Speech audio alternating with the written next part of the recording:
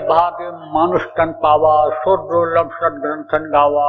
मनुष्य शरीर जब बड़े भाग्य से मिल गया है, कोटि जन्म जब भटका खाया, यह नर्तन दुर्लभ पाया। करोड़ों जन्म तक भटकने के बाद यह मनुष्य शरीर मिला, तो अब आपको भटकना न पड़े, इसी जन्म में आप पार हो जाओ। और अगर आप उसी में उलझे रह जाओगे, भजन ध्यान के लिए समय नहीं निकालोगे, तो वो कहते हैं कि पूरी जो करता है उसको स्वर्ग और वैकुंठ में जगह मिलती है। देवी देवताओं के लोक में रहना रहता है, लेकिन वहां भी अस्थाई सुख नहीं मिलता है। सुख तो है, यहाँ से बहुत ज्यादा सुख है, रोना धोना नहीं है, कोई दुख संताप नहीं है, कोई खाने की दिक्कत नहीं है, कोई वहाँ टट्टी पेशाब का दबाव नहीं है कि जाना ही जाना पड़ेगा, लैट्रिन बनवानी ही पड़ेगी, ये सब कुछ नहीं है।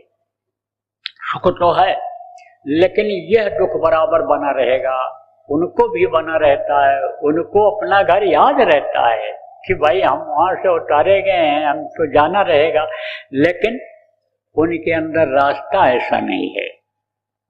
गुरु तो मिलते हैं, समर्थ गुरु मिलते हैं, उनका आना जाना रहता है, उनसे वो प्रार्थना करते हैं, लेकिन ले नहीं जाते हैं। कभी किसी संत की दया हुई, ले गए, लेकिन ऐसे नहीं सीधे ले जाते हो, फिर जगह देते हैं, अगले लोक में चल रहो, वहां चलो कुछ दिन तक रहो, फिर दूसरे लोक में रहो, फिर वहां रहो, फिर पहुंचाते हैं। और जब ज्यादा दया हो जाती है तब मृतलोक में भेज देते हैं, मनुष्य जन्म दिला देते हैं, और दया करके फिर अगर वो शरीर छोड़ भी देते हैं, जब तक ये मनुष्य शरीर में आया, बड़ा हुआ, जब तक होश में आया और शरीर छोड़ भी देते हैं, तो उसको सौंप देते हैं, जिसको अधिकार देते हैं, जिसको हुक्म देते हैं कि ये काम करेगा, ये अनि नाम दान देगा, ये जीवों की संभाल करेगा, उसको वो सौंप देते हैं। समय लग जाता है, समय लग जाता है, क्योंकि आना तो पड़ता है। आप ये समझो संतों की दया नहीं भी हुई, या संतों से प्रार्थना न भी कर पाया, संतों के लिए कोई बंधन नहीं है कि उधर से वो आने जाएं, धीरे ही धीरे जाएं, वो तो सीधे भी जा सकते हैं। संतों के अंदर उस मालिक की विशेष दया हुआ करती है, विशेष पावर उनको दे करके इस धरती पर भेजा करते हैं। इसीलिए संतों ने कहा सत्य पुरुष की आरसी और संतन की ही दें, और लखना चाहो अलख को तो इन्हीं में लख ले, जिनका फोटो लगा हुआ है। गुरु महाराज हमारे पूरे संत थे, परम संत थे, पूरी पावर लेकर के इस धरती पर आए थे। तो आपसे कहने का मतलब ये है कि पुड़ी छीड़े मृतलोक के, पुड़ी जब छीड़ हो जाएगा तो मृतलोक में आना पड़ेगा। तो ये शुभ कर्म जो करते हो वो तो करते रहो, इससे आपका मन साफ होगा, इससे आपका धन साफ होगा। धन लगाओगे इसमें, तन लगाओगे इसमें, तो आपके धन से जो पाप हो गया है वो क्षमा होगा, शरीर से जो पाप हो गया है वो क्षमा होगा। मनसा पाप जो हो गया, मन से किसी के बारे में सोच लिया गलत, अगर जो है सोच आपने बना लिया, मार देंगे, काट देंगे, इसके साथ औरत के साथ ऐसा कर डालेंगे, ये कर देंगे, ये मनसा पाप है। तो ये जो मन से पाप हो गया, मन लगाओगे कि लो इसको उठा लें, मन लगा तभी तो उठा, मन लगा तभी तो आपने बांटा, मन लगा तभी तो आपने दूसरे की मदद किया, तो उससे यानी समझो कि इसकी सफाई हो। आप ये समझो कि धन का 10वां अंश निकालने का, मुनाफे का, ये बहुत दिनों से चला आ रहा है। जब कभी सत्संग में सुन लेते हो कि बरकत के लिए निकालना चाहिए, जब कभी आप किसी सत्संगी के पास बैठते हो और वो अपनी बीती बताता है कि भाई गुरु महाराज के पास जाते थे, बहुत गरीब थे, कपड़े फट जाते थे, वेवाइयां फटी रहती थी, जूते कपड़े नहीं होते थे, पैदल चलते थे, साइकिल भी नहीं, लेकिन गुरु महाराज के सत्संग को सुना और सेवा में लग गए। शरीर को भी सेवा में लगाया, धन को भी सेवा में लगाया, और अब आज ये देख लो हमारे पास घर भी है, गाड़ी घोड़ा भी है, बच्चे पढ़ लिख लिए, नौकरी काम में लग गए, सबके सब तनख्वाह लाते हैं, कोई दिक्कत नहीं, कोई परेशानी नहीं है। तो जब सत्संगियों के पास बैठते हो, अनुभवी लोगों के पास, पुराने लोगों के पास आप बैठते हो, तब कहते हो भाई सेवा का फल मिलेगा, सेवा का फल लेना चाहिए। तो धन तो खर्च कर देते हो, लेकिन तन खर्च नहीं करते हो, समय खर्च नहीं करते हो आप। तो समय जब नहीं लगाते हो तो धन कैसे लाते हो आप? शरीर से मेहनत करके ही लाते हो, चाहे खेती से, चाहे दुकान से, चाहे दफ्तर में काम करके, चाहे मजदूरी करके, कैसे भी लाते हो। शरीर से मेहनत करके आप लाते हो। तो कहीं झूठ बोल दिया, तो कहीं बेईमानी मन में आ गया, कर लिया, छोटी मोटी आप ये समझो, ये जो गलतियां हो जाती हैं जान में अनजान में, वो शरीर से भोगना पड़ता है। भारी गलती होती है तो शरीर से और जीवात्मा से, दोनों से भोगना पड़ता है। शरीर छूटने के बाद भी जीवात्मा को भोगना पड़ता है, लेकिन छोटी मोटी गलतियां शरीर से भोगनी पड़ती हैं।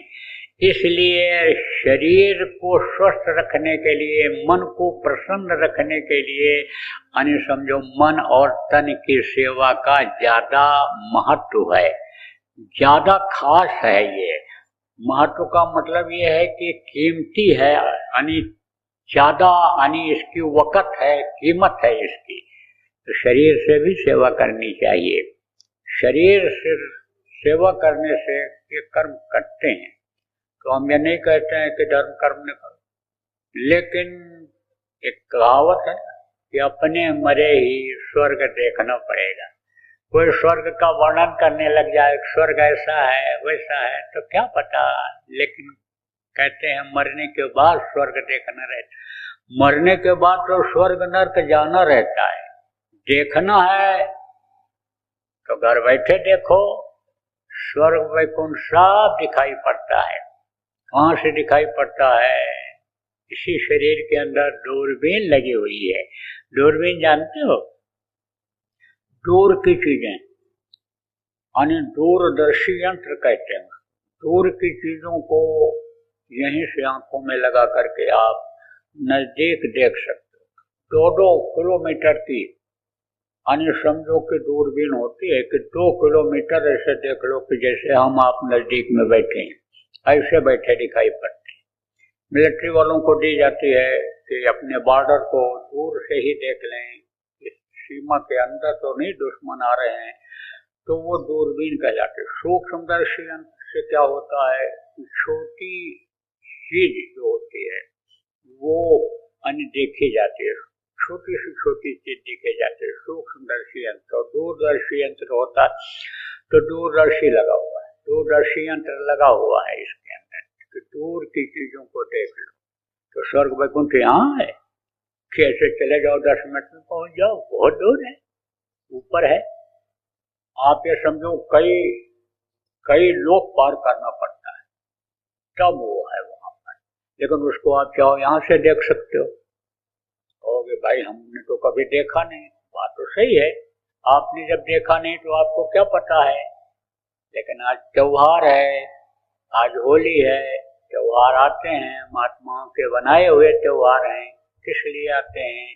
कि बुराइयों को छोड़ो, बुरी बातों को छोड़ो, बुरे ख्याल को खत्म करो और अच्छे का संकल्प बनाओ।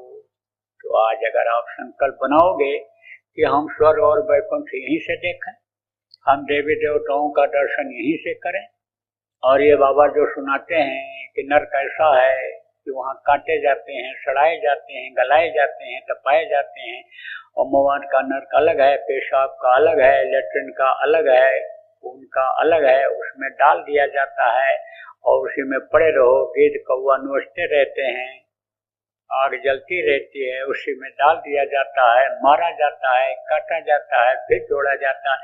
तो ये नर्क है, तो उन नर्कों को भी लाओ, एक बार देख ले। लेकिन एक बार देखने के बाद फिर हिम्मत नहीं पड़ती है कि दोबारा फिर देखें। इतनी चिल्लाहट इतनी तड़पन और इतना यानी समझो करुण आवाज, यानी चिल्लाने, करुण कहते चिल्लाने रोने की आवाज यानी आती है कि हृदय कांप उठता है। किसी को देखो कोई मरता है, देख के दया आ जाती है, आप छुड़ाने के लिए चले जाते हो, देखो कितनी बुरी तरह मार रहा है, ये तड़प रहा है, ये उस चीज को जब देखो तो समझो कि अगर छुड़ा नहीं पाओगे तो हट जाओगे, वहां बर्दाश्त नहीं हो रहा है, देखो इस तरह सजा दे रहा है इसको। ये ऐसे ही सजा वहां देने के लिए ही जीवों को ले जाते हैं, तो उसको तो आप देखना नहीं चाहोगे। इतनी बदबू, इतनी गंदगी कि नाक में भर जाएगी, तो बदबू नाक में भर जाती है तो क्या होता है, जल्दी यानी समझो कि भोजन अच्छा नहीं लगता है, वही बदबू आप ये समझो कि यानी आती रहती है नाक में। ऐसे वहां तो जाना पसंद नहीं करोगे, आप ये समझो साधना में जाना नहीं पसंद करोगे। यही कारण है, एक बार जिसने देख लिया वो तो तौबा ही कर लेता है बुरे कर्मों से, फिर वो गलती नहीं करता है। तो साधना में ये चीजें दिखाई पड़ती है। साधना माने क्या होता है, साधो, किसको साधो, पहले तो शरीर को साधो, शरीर को मन के कहने पर उठने मत दो, क्योंकि मन यानी ये बैठने नहीं देता है, मन ये साधना करने नहीं देता है, मन ये सुमिरन करने नहीं देता है, ये यानी ध्यान भजन नहीं करने देता है। तो मन इस शरीर का है राजा, मन ही मरवाता, मन ही कटवाता, मन ही गाली दिलाता, मन ही ये जब भूख लगती है तब हाथ जोड़वा करके रोटी मांग लेता है, प्यास लगती है तो हाथ कहता हाथ जोड़ तभी पानी पिलाएंगे, हाथ जोड़ के मुझे पिला देता है, सब करता है। आप ये समझो कि रक्षा भी करता है शरीर। अगर मन आप ये समझो कि रक्षा न करे तो मंगवावे ना भूखे को, तो आदमी भूखा पड़ा रह जाएगा। तो मन राज किस पर करता है, शरीर पर। तो जिस पर राज करना होता है उसको जो राजा होता है, प्रजा के ऊपर राज करना होता है, तो प्रजा को सुखी रखता है और प्रजा से ही टैक्स लेता है, अब उसका राज्य चलता है, वो भी उसी का खाता है। ऐसे मन इस शरीर के इंद्रियों पर, मुंह पर, आंख पर, कान पर, नभ्या पर बैठ करके रस लेता है, खाता है, वही उसका खुराक हो गया इस मन का। क्यों? क्योंकि इस पिंड में है और पिंड में यही खुराक उसको मिलता है। अंडलोक में जाएगा तो उधर का खुराक अलग रहेगा, ब्रह्मांड समझो जब आगे बढ़ेगा तो जहां इसका स्थान है, भंडार है, वहां तक उसको उसका रस बदल जाएगा, दूसरा रस मिलता रहेगा। ऐसे समझो कि इसका यह रस है, इसका यह खुराक है मन का। क्या सिखाया जाता है सत्संग में, गुरु महाराज क्या सिखाते थे कि मन के कहे करो मत कोई, जो गुरु कहें करो तुम सोई।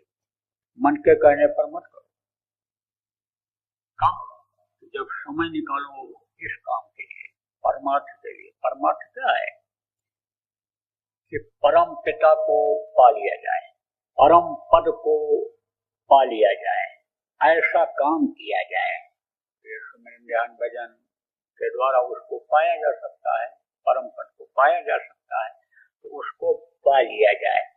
तो जब परमार्थी काम करो, जीवात्मा के मुक्ति मोक्ष का काम करो, तो मन का कहना मत मानो। कितना भी मन कहे उठ जाओ, गर्मी लग रही, ठंडी लग रही, करो ना, आज इस वक्त तुम्हारा कहना नहीं माने। बाकी तो 23 घंटा तेरे ही कहने में रहे, तू जो कहता रहा करता रहा, कहता रहा वही मैं करता रहा, लेकिन अब नहीं। 1 घंटा मुझे जब बैठना है तो बैठना है। शरीर को साधो और उसके बाद फिर मन को साधो, तो मन फिर जल्दी सध जाएगा। जब आदत डाल लोगे बैठने की तब मन जल्दी सध जाएगा, क्योंकि मन को खुराक किससे मिलता है, शरीर से मिलता है। मन हरकत किससे कराता है, गलती किससे कराता है, शरीर से कराता है।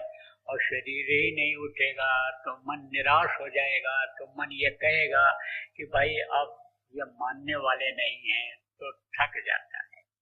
जैसे लड़का, आप ये समझो कि यानी कोई होशियार हो गया और वो हो गया, तो समझो कि वो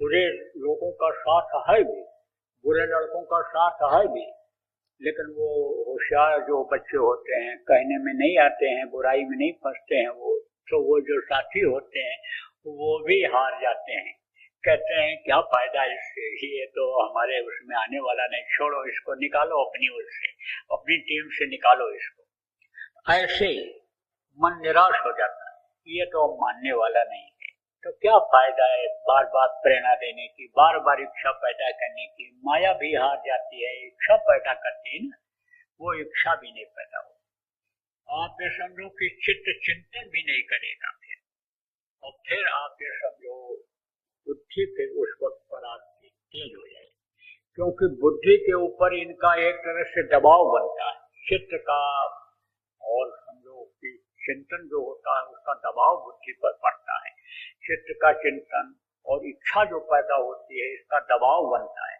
तो दबाव हट जाएगा, फिर बुद्धि काम करने लगेगी। जब तक मन का दबाव रहेगा, इच्छा पैदा हो, आप ये समझो कि उठ जाए, और जब इच्छा पैदा होगी तो चित्त का चिंतन बदल जाएगा कि चलो अब थोड़ा ये काम कर आए, चलो कॉफी पिया हुए, चलो चाय पिया हुए, चलो घूम करके आते हैं, पैर में थोड़ा दर्द हो गया घुटने में, घूम करके आते हैं, लेकिन फिर चित्त भी चिंतन नहीं करेगा और फिर बुद्धि काम करने लग जाएगी। ये जो बातें बताई जा रही हैं, ये जो सुनाया जा रहा है, ये बातें फिर याद आने लगेंगी और अपना असला घर याद आने लग जाएगा, अपनी मौत याद आने लग जाएगी कि काल करे सो आज कर, कल का वादा नहीं करना है, कल किसने देखा है, आज रात को जब हम बैठे हैं तो आज ही अपना काम पूरा कर लें, कोई निश्चित नहीं है कि सुबह हम देखेंगे ही, तब उस समय यह बुद्धि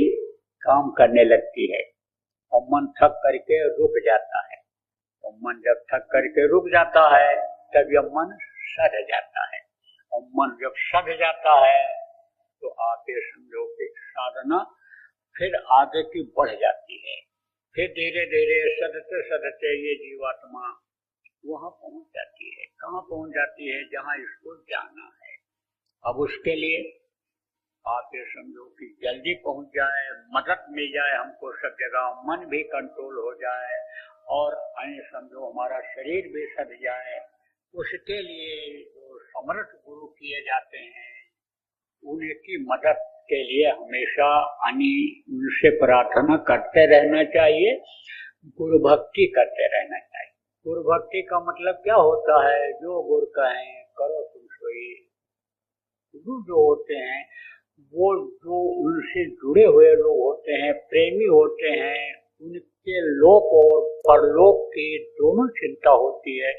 लोक की बात कल मैंने बताया था, धन पुत्र परिवार की बढ़ोतरी, ये लोक होता है तो इसको भी वो चाहते हैं कि खाने की कमी न होने पावे, पहनने की कमी न होने पावे, इसके बच्चे दुखी न होने पावे। आप ये समझो उनको लोक और परलोक दोनों की चिंता होती है।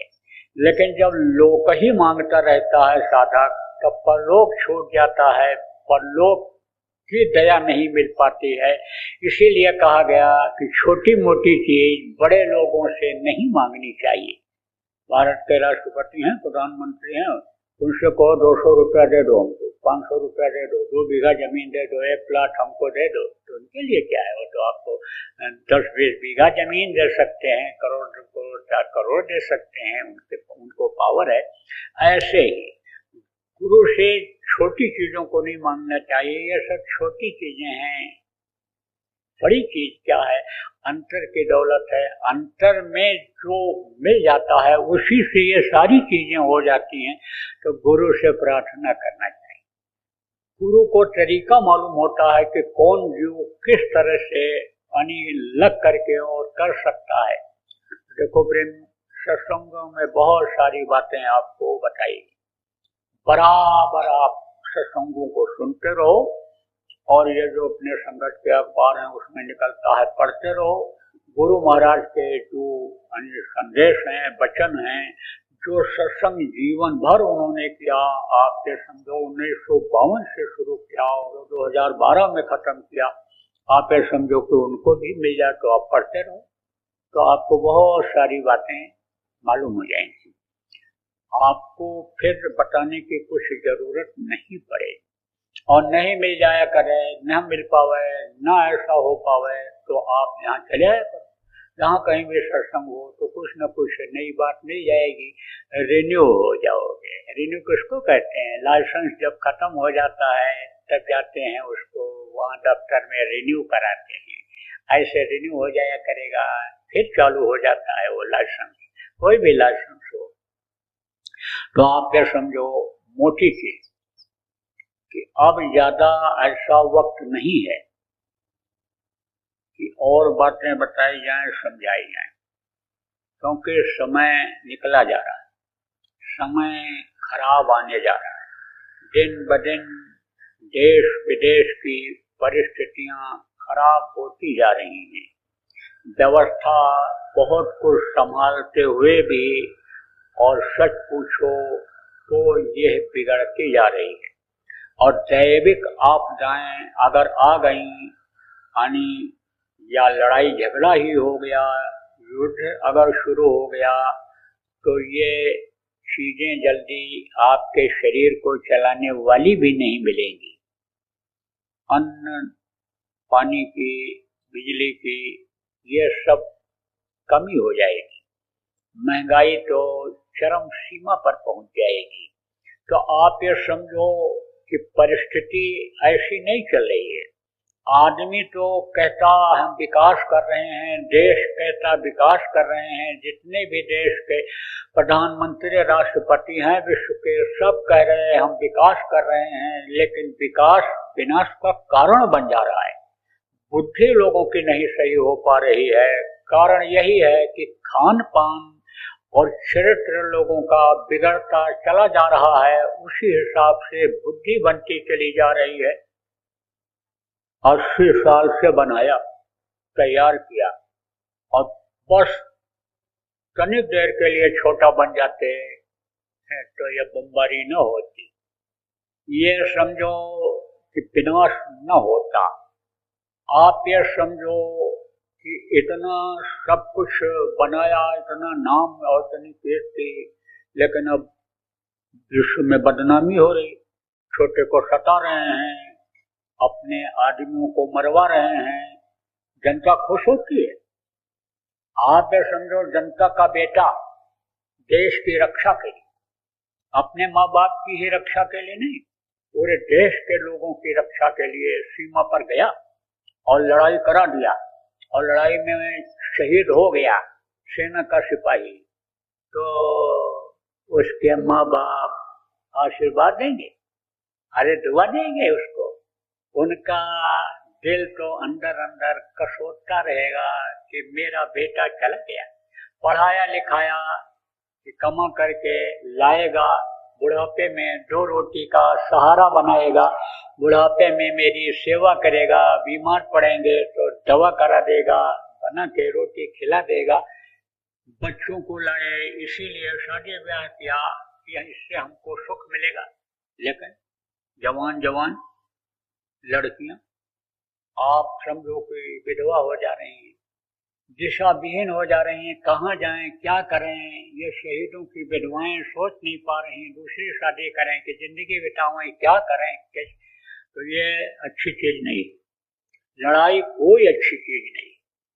मैंने कल भी कहा था और आज भी मेरी विश्व के नेताओं से ये प्रार्थना है, आप ये समझो जो पावर है, जिनको जो कर सकते हैं, उनसे आज त्योहार के दिन मेरी ये प्रार्थना है कि आप कारण न बनो, आप अपना नाम लड़ाई करा करके या लड़ करके, जनता को मरवा करके, फौज के सिपाहियों को मरवा करके, अन्य समझो कटु शब्द बोलूंगा, आपको खराब लगेगा, लेकिन कहना तो पड़ेगा ही कि कंस न बनो, हिरण्यकश्यप न बनो, रावण न बनो, उस श्रेणी में मत जाओ। इन लोगों ने भी तो मरवाया, युद्ध करके तो कौरवों ने मरवा दिया बहुत लोगों। कौरव की कहीं पूजा होती है कि कहीं श्रद्धा से देखे जाते हैं कि कहीं कंस की पूजा होती है कि कहीं रावण ने मरवा दिया जिन लोगों को, उनकी पूजा होती है। जिन्होंने बचाव किया और समझो उनका नाम है, उनकी कीर्ति है, तो कुछ बचाव वाले भी तैयार हो जाओ। देखो कोई चीज ऐसी नहीं है कि 10 आदमी कहें और एक आदमी न माने। आप ये समझो प्रयास करो एक बार, और नहीं तो होने तो कर रहे मेघ सके न को बुद्धि यानी खराब होगी तो भैया विश्व युद्ध हो जाएगा। और विश्व युद्ध होगा तो देखो आप भी सुरक्षित नहीं, कोई भी सुरक्षित नहीं रहे। और अगर अकाल मृत्यु हुई तो प्रेत योनि में जाना पड़ता है। प्रेत योनि जानते हो, बहुत बड़ा पेट होता है और खाने की जगह बहुत पतली होती है जिसको मुंह कहते हैं। तो उनका जो आहार है, भोजन है, खुशबू है। तो खुशबू से कहीं पेट भरता है? खुशबू तो मिलता है केवल थोड़ी देर के आराम के लिए।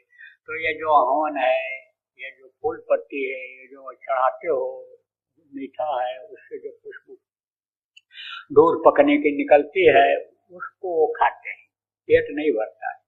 तो भूखा आदमी चिड़चिड़ा हो जाता है।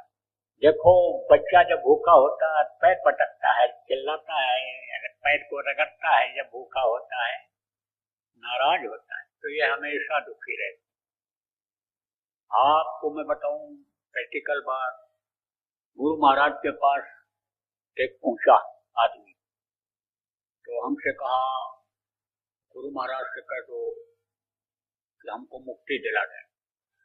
भूत था उसके ऊपर, भूत बोला था। भूत को बोलते यहाँ देखो अभी लाइन में मिलेंगे, भूत को बोलेंगे, बोलते। अभी कल एक औरत चिल्ला रही थी कि हम अपनी मौत नहीं मरे हैं, हमको मारा गया है, हमको मारा गया, चिल्ला रही थी भंडारे के पास लाइन में। तो ये बोला, कहा हमको मुक्ति दिला, मुक्ति दिला। और गुरु महाराज जैसे निकले तैसे दौड़ा पैर पकड़ने की, तो हम लोग थे उस समय हटा दिए उसको। फिर हम गए उधर, सीढ़ी थी जहाँ ठहरे थे गुरु महाराज, उसी सीढ़ी पर बैठे हुए, तो गया वहीं वो भी बैठ गया। अब सवार है, अभी वही बोल रहा है। जब उतरता है या ढीला करता है तब आदमी आदमी जैसा बोलता है, व्यवहार करता है। और नहीं तो जब सवार रहता है, जोर करता है, दबाव डालता है ऊपर, तब हाथ पैर में बहुत ताकत आ जाती है और फिर उसी तरह से शरीर हरकत करने लगता है। और मुंह से क्या निकलता है उसको पता नहीं रहता है, हम क्या बोलते चले जा रहे हैं। आप ये समझो जो नहीं भी पढ़े हुए हैं उससे अंग्रेजी बोलता है, बोलवाता है, उच्चारण भले सही न निकले, लेकिन अगर पढ़ा लिखा भूत है तो अंग्रेजी बोलवा देता है। तो बोला वो, कहा कि हम बादशाह थे, बादशाह थे, बादशाह थे। हमने कहा अच्छा। तो हमने कहा कि तो आप क्या चाहते हो?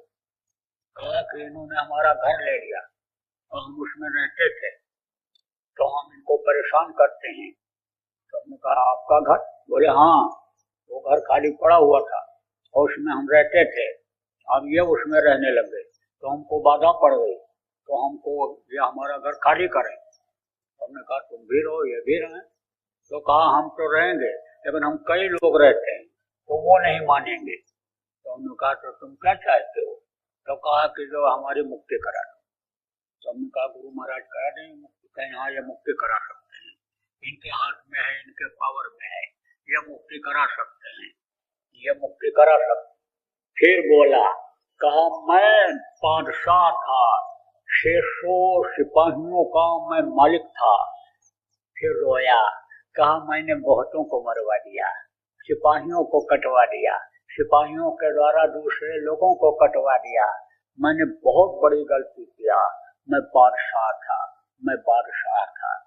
अब तो वे बेचारे नहीं रहे, लेकिन मध्य प्रदेश के यहीं के नजदीक के हैं, ज्यादा मैं अब नहीं बोलना चाहता हूँ क्योंकि उन लोगों के परिवार के भी लोग हैं, बेचारों को पता चलेगा, दुखी होंगे। तो अब आप ये समझ लो कि बहुत तकलीफ होती है प्रेत योनि में, मरवाने वाले को भी प्रेत योनि में जाना पड़ता है, मर जाता है अकाल मृत्यु में, उसको भी प्रेत योनि में जाना पड़ता है। यही आपके राजस्थान में एक राजा साहब हैं, वहाँ इस समय नहीं है, बहुत पहले मैं गया था, तो उन्होंने मेरे से अपना दुखड़ा रोया है, बुलाया था उन्होंने, और मैं गया था, जाता भी था, स्वस्थ था, तब कोई भी बुलाता था, गरीब अमीर के यहाँ जाता था, सबके यहाँ झुग्गी झोपड़ियों में भी जाता था। अब नहीं जा सकता हूँ, क्योंकि अब संख्या भी बहुत बढ़ गई, किसके यहाँ जाओ किसके यहाँ ना जाओ, शरीर भी अब जवान नहीं रह गया। तो गया था, तब उन्होंने बताया, कहा कि हमारे ऊपर चढ़ाई कर दिया दूसरे लोगों ने, और ऐसे समय पर किया जब हमारे पिताजी बहुत बलवान थे, और हमारे पिताजी कई लोगों को मार गिराते थे, लेकिन ऐसे समय पर चढ़ाई किया जब हमारे पिताजी पूजा घर में पूजा कर रहे थे। दिखाया उन्होंने, दरवाजा भी दिखाया, और दरवाजे के सामने ही मंदिर अब भी बना हुआ है। तो कहा कि देखो ये दरवाजा है, 16 दरवाजा था, गेट उनका और आगे था। तो कहा कि ऐसे समय पर किया कि वो तो 2 घंटा पूजा करेंगे, उठेंगे तो है नहीं, ऐसे समय चढ़ाई कर दिया जाए, लूट लिया जाए इनका सब। तो समझो कि तो हमने कहा तब क्या हुआ, तो बोले पिताजी हमारे बंदूक 24 घंटा साथ रखते थे। तो बोले कि जब आहट लगी, खटपट की आवाज ऊँटों की आई, तो उन्होंने उधर से ध्यान हटा दिया जहाँ बैठे थे पूजा के लिए। तो देखा कि सेनापति लंबे टड़ंगे होते थे, मजबूत उपाधि, वो अंदर प्रवेश कर रहा है, अंदर आ रहा है गेट के, बस वहीं बंदूक रखे थे और उसको मार दिया। तो सेनापति जब मारा गया, तब सेना उनकी पक गई, बैक हो गई, पीछे हो गई, चली गई। तो बोले तब बोले उस समय तो दुश्मन हट गए, वो तो चले गए, तो पिताजी भी हमारे चले गए और राज रियासत भी चली गई, लेकिन अब भी वो सेनापति यहाँ दिखाई पड़ता है लोगों को डर लगता है, और जैसा था उसका रूप दिखाई पड़ता है। बोले हम भी यहाँ कम रहते हैं, बाहर ज्यादा रहते हैं, तो आपको इस चीज को समझना चाहिए कि अकाल मृत्यु से बचना है और लोगों को बचाना। जय गुरुदेव। मेरे जो है सत्संगी भाइयों, आप लोगों से अपील है कि आज भी हमारे जो स्वामी जी हैं, जय गुरुदेव जी महाराज, हमारे आपके बीच में हैं, आजू बाजू में विचरण करते हैं, हमेशा जो है साय की तरह हमारे साथ रहते हैं, उनका जो हाथ है हमारे सर पे हमेशा रहता है। ये जो हमारे स्वामी जी महाराज हैं, ये तो परमपिता परमेश्वर के रूप हैं। मेरे सत्संगी भाइयों, आप लोग इस मेरे चैनल को लाइक कीजिए, सब्सक्राइब कीजिए, और हम जो छोटी छोटी जो वीडियो है पहले से लेकर के अभी तक जो है हम आप लोगों के बीच में ला रहे हैं। हम जो है सन 1995 में बाबा जी से नामदान लिया था। इसी के साथ जय गुरुदेव।